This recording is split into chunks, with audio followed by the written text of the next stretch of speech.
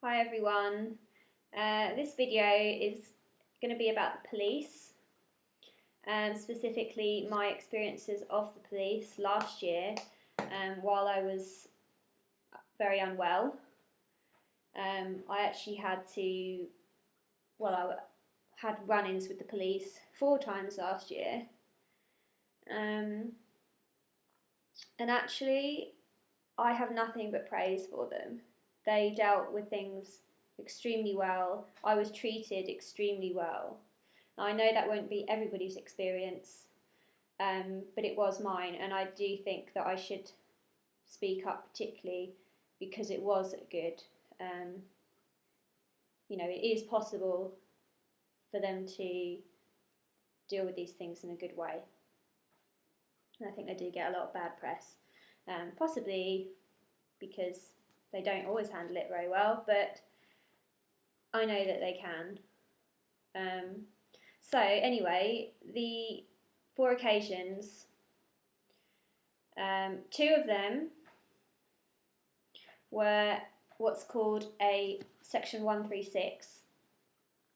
This is when the police detain you after seeing you in a public place, acting bizarrely, or whatever, and where you're obviously in need of psychiatric assessment or care, and they can detain you. So it's like they arrest you, but it isn't.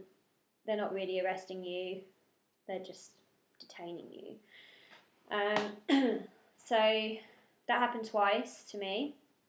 The first time, I was I was psychotic, and I had no idea what I was doing, and I was extremely paranoid and scared, and so I had been walking around with a knife in my bag for quite a while, just as a protection thing. So I was really scared, and when I was out one day in the town, I was literally just in the town centre. My paranoia got to the point where I thought people around the town centre wanted to kill me, and they were after me, and I was so freaked out. So I just so happened to come around a corner, and there was a policeman standing there, and he looked at me, and obviously my face said 1,000 words, because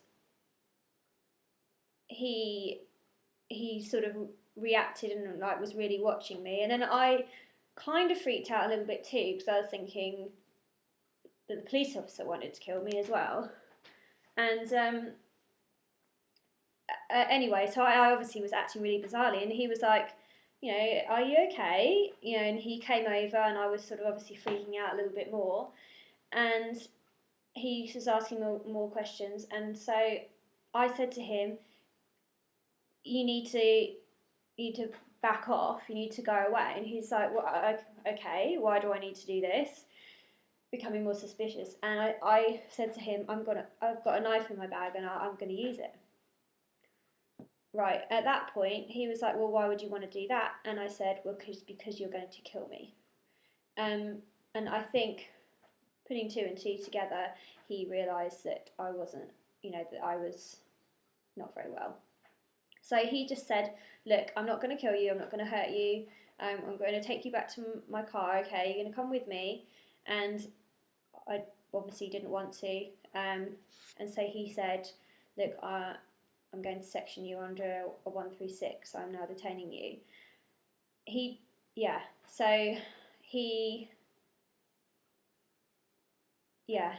was really good about it, really, and I didn't have to be handcuffed. I didn't freak out or anything. I went with him because he was very sweet, and he was like, I was going to get you some help, you'll be all right, don't worry. And so we went back to his car.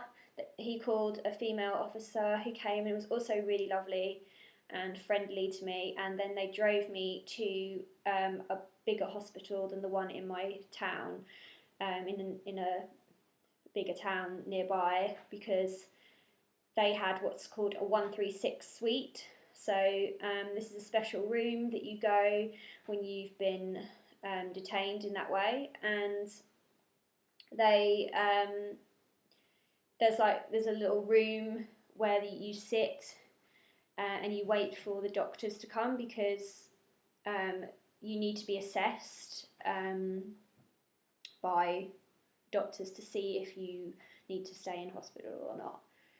Because obviously the police don't assess whether you're mentally ill or unwell. They just detain you under suspicion of it, and so the doctors need to do that. So you sit in the room. I sat in the room with 2 police officers, but they were both really friendly, just talked to me. They're very normal, and they were there until the doctor assessed me, and then and the doctor didn't section me at that point, which is crazy, I think, at this, I have to be honest, but he didn't. And they said, you can just stay in overnight. So they just said I could stay in overnight. I might as well jump to the next police thing actually that quickly. So what happened was, I saw the police again the next day, because so I stayed the night. Obviously I was extremely unwell and psychotic, but they were going to just have me there overnight. I woke up the next morning. I remember very little of this, but I woke up. I walked straight from my bedroom and I went to the kitchen. I picked up a bowl that was made of just crockery stuff, and I threw it against the wall. It smashed into some sharp pieces. I picked up one of the sharp pieces and I started threatening the staff with it, because obviously I thought they were going to kill me as well. Just as I had the day before, it was the same paranoia. So they called the police. What happened then was I barricaded barricaded myself into the kitchen, or sort of dining area. So I was just me in there. All the staff were outside. They called the police. They had to come from the police station. Obviously, they're not resident at the hospital, and they popped their head through the door. There was 3 of them, really big guys, and they were talking to me like, "What's going on? Come on. You don't need to do this. Everything's fine." They were really, really nice. They were talking me down, being really sweet. But obviously, I was really not in a good place. And I was saying to them, "If you come any closer, I will kill you," and things like this. I don't remember the whole thing, but I do remember sort of stuff like that. Now, at one point, I had the crockery in my hand anyway, and I started towards one of the police officers. And the minute I got too close, he pulled a taser gun out and aimed it right at my chest. And I saw the red laser right here. And I have to tell you, that is one of the scariest things that I've ever had happen. And you see it in the movies and stuff, but to have a laser trained right there, it's really scary. And that freaked the hell out of me. And I backed down, luckily. Long story short, after a while, they managed to get me to put down the crockery, and they were very sweet. They said, I had to go to segregation because of what I'd done. They said, "Would you like us to carry you down there?" Basically, restrain me. And I said yes, because I felt so freaked out. And so they didn't just grab me. They asked me that first. So they picked me up. They took me down to segregation, and that was it. So they were also really nice guys, and they hung around for a little while until they said to the staff, "Are you okay with her now?" And staff were cool. So and then they went. So that was also really, really good. I'm kind of going to run through this quickly because it's taking longer than I wanted it to. I don't want the video to be too long. The third occasion was another 136. This is when I had been taken. I had been discharged from the hospital. The second time I got discharged last year, and I still wasn't very well. So the same thing happened, same voices, carrying the knife, all these things. Now I was walking around town again, feeling really desperate, because one of the things I do when I'm like that is I do pace around. I walk around at night time and things like that. So I was doing that again, and so I tried to ring the crisis team. I've been given all these numbers to call if I wasn't well to get help. It wouldn't connect properly. Then it was engaged. Then the line got dropped, and I was feeling so desperate.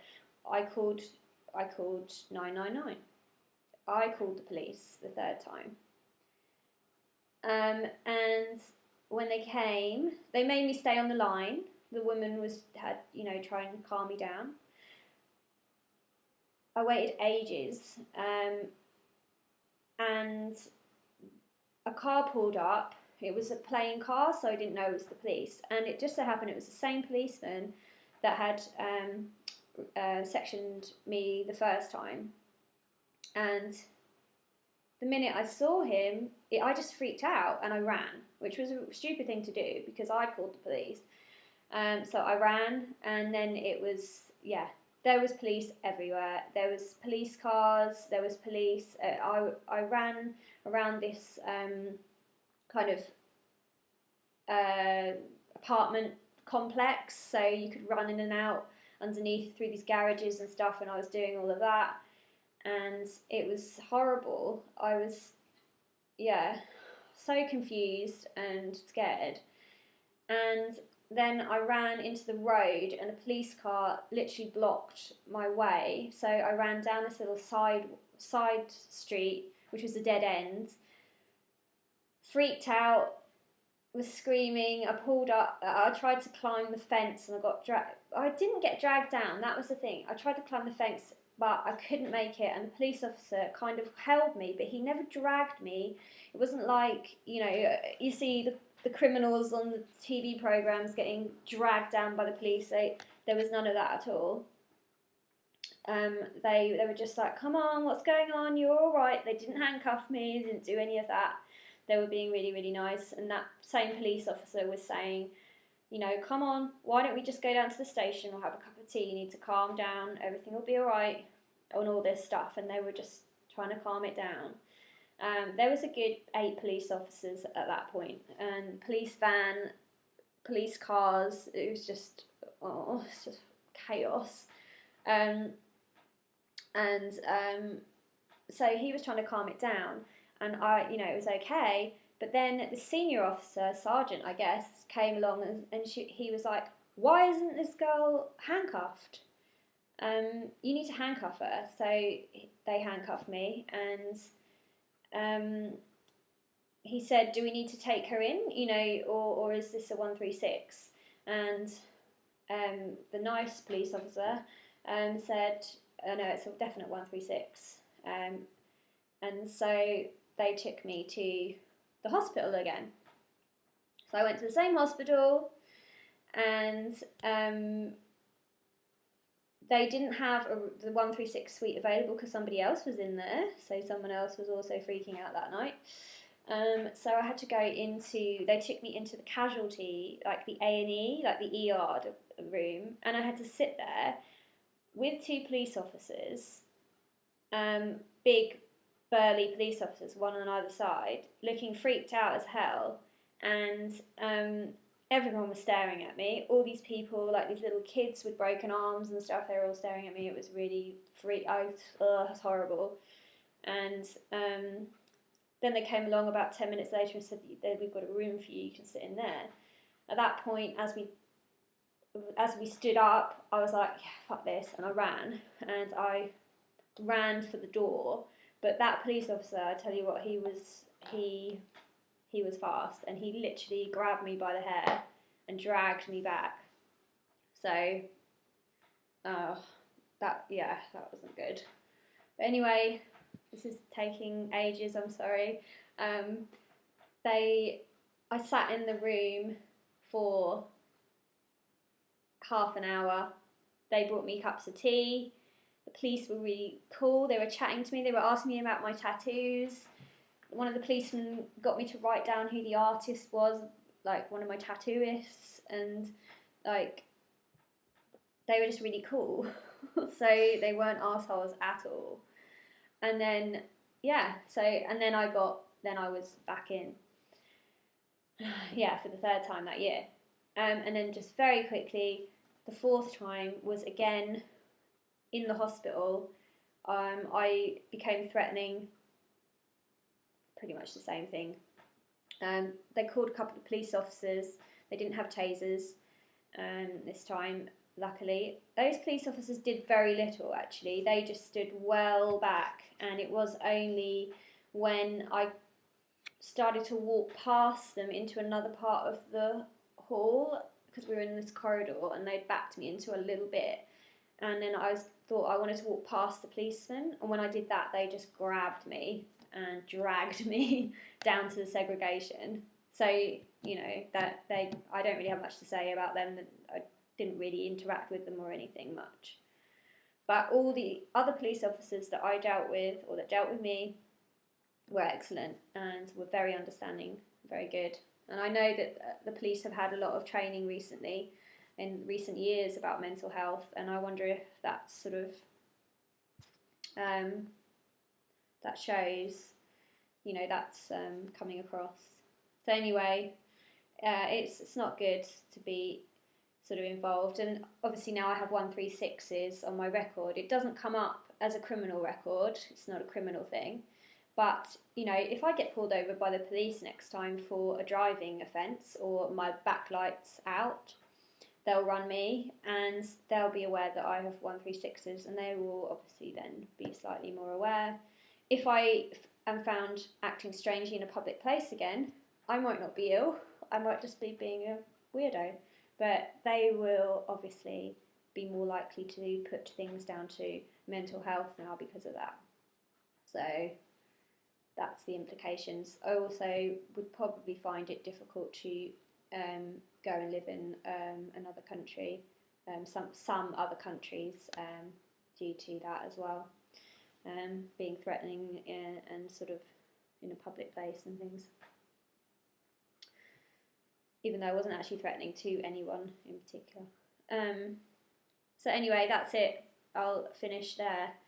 But yeah, I don't know if anyone's got any other police experiences that they might want to share. I'd be interested to hear them. Okay, thanks. Bye.